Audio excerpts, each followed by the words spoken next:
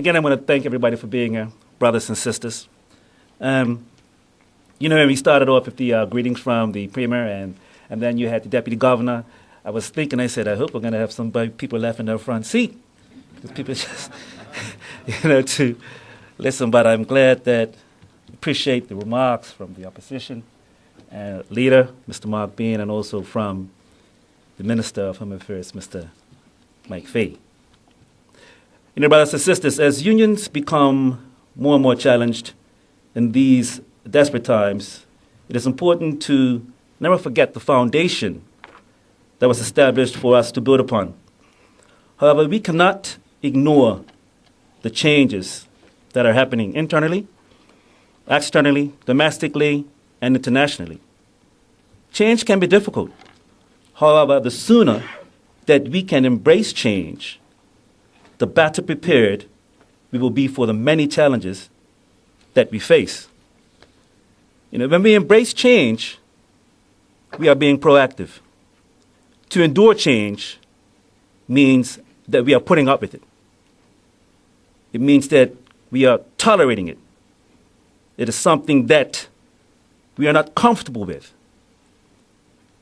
When I took on this presidency, we were facing serious issues. The economy was contracting. There was no growth. On the negotiation table, there were issues as far as pay freezes and job cuts. The Public Service Superannuation Fund was and still is underfunded. GHI, underfunded. And of course, job security was on everyone's mind. And because of how the economy is, we will be facing even tougher challenges, but we must direct our energy where it is needed the most. One of the components of change that we have challenges with is diversity.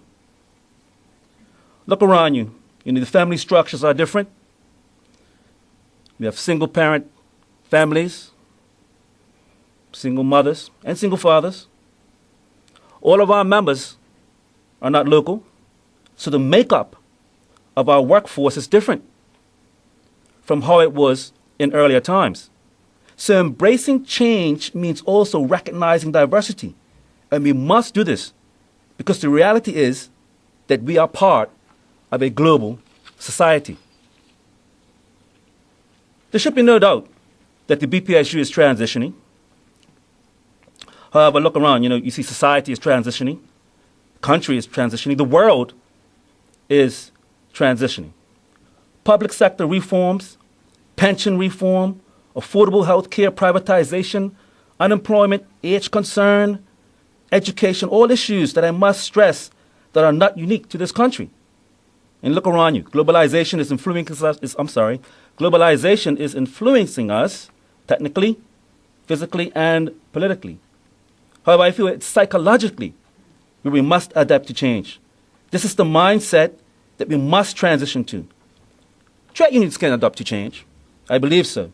As a matter of fact, we saw the ability of the unions to adapt to change during these recent government negotiations, when all unions representing government workers decided to collectively negotiate with government and sign an agreement.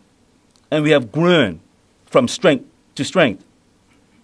A sacrifice that was made that behooves the government to push the conditions of the agreement that encourages social dialogue, which is the theme for this particular conference. From the beginning of my tenure, the BPSU have pushed hard for social dialogue.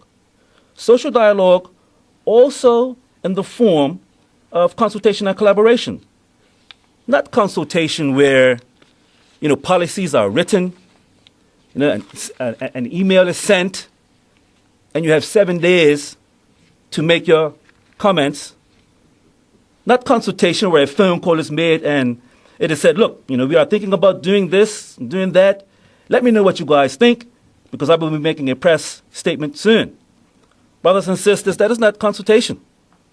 Consultation entails meaningful dialogue by all stakeholders, collaboration, and even hard discussion, where the objective is to come to an agreement that is palatable and that stakeholders can buy into and drive the initiatives together as one for a common cause.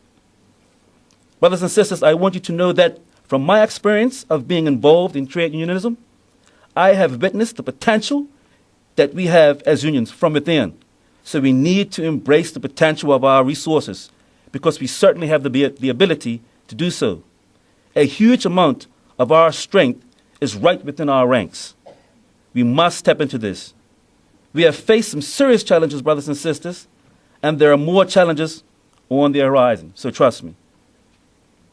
Now, how we take on these challenges is the question. Do we do this divided, separated, with personal agendas? And do we look at these challenges as if we can see, that all we can see is doom and gloom? Or do we take on these challenges collectively in a concerted and collaborative effort with real shared sacrifices and with an attitude that is not thinking about doom and gloom, but with an attitude that sees opportunity and prosperity, but not prosperity just for the chosen few. It should be prosperity for all. To my brothers and sisters of trade unions, solidarity can take us so far.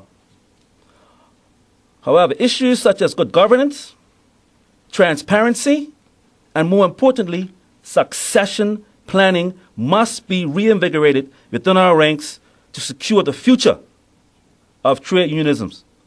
This, I feel, brothers and sisters, is critical to our survival.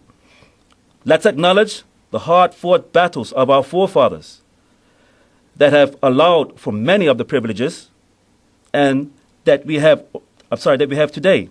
Let's acknowledge the positive impact that trade unionism has had on societies and communities, not just here in Bermuda, but worldwide. Let's keep in mind the many attacks on trade unions and collective agreements that have occurred, and yet we stand strong today. Let's build upon the solid foundation that was laid down for us and continue to carry the torch that was lit for us. Remember always that with unity, there is strength, and that strength is in numbers. To all the delegates, I implore you to engage in the dialogue over these next 2 days. Let's have the meaningful and invigorating dialogue that will assist in plotting a positive direction for this organization. Onward and upward together. Thank you, brothers and sisters.